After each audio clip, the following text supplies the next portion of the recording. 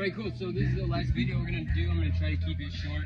When I got this pole saw, there were no videos about it online, so I wanted to put something up.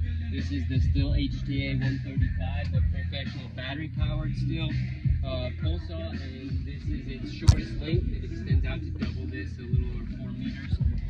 And it works really well. I'm really happy with it. I'm happy that I went with the professional version as opposed to the 86, which is like a little bit smaller. The balance is better, and there's not so much machinery up here that can get broken because this gets hit pretty hard. The tree we're going to cut here is not the best example because of the positioning of it. This is Almendro de la Playa. It's a beach almond tree. Here in Costa Rica, the almond trees are the hardest wood, and this is a place where there are many hardwoods. So you'll be able to see how it cuts through the hardest wood that we've got here. Hopefully it's going to go out that way. We don't really care if it takes out a little part of this fence or not, but it's kind of got a big curve to it, so we're not exactly sure where it's going to go.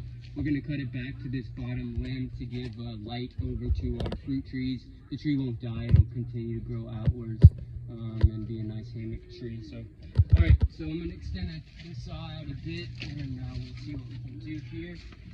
Get the goggles on, because we're working kind of directly overhead, which is not ideal.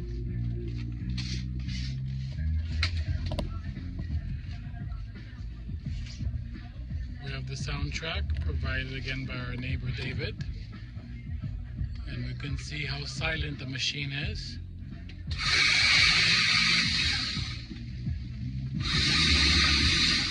Towards this a little bit.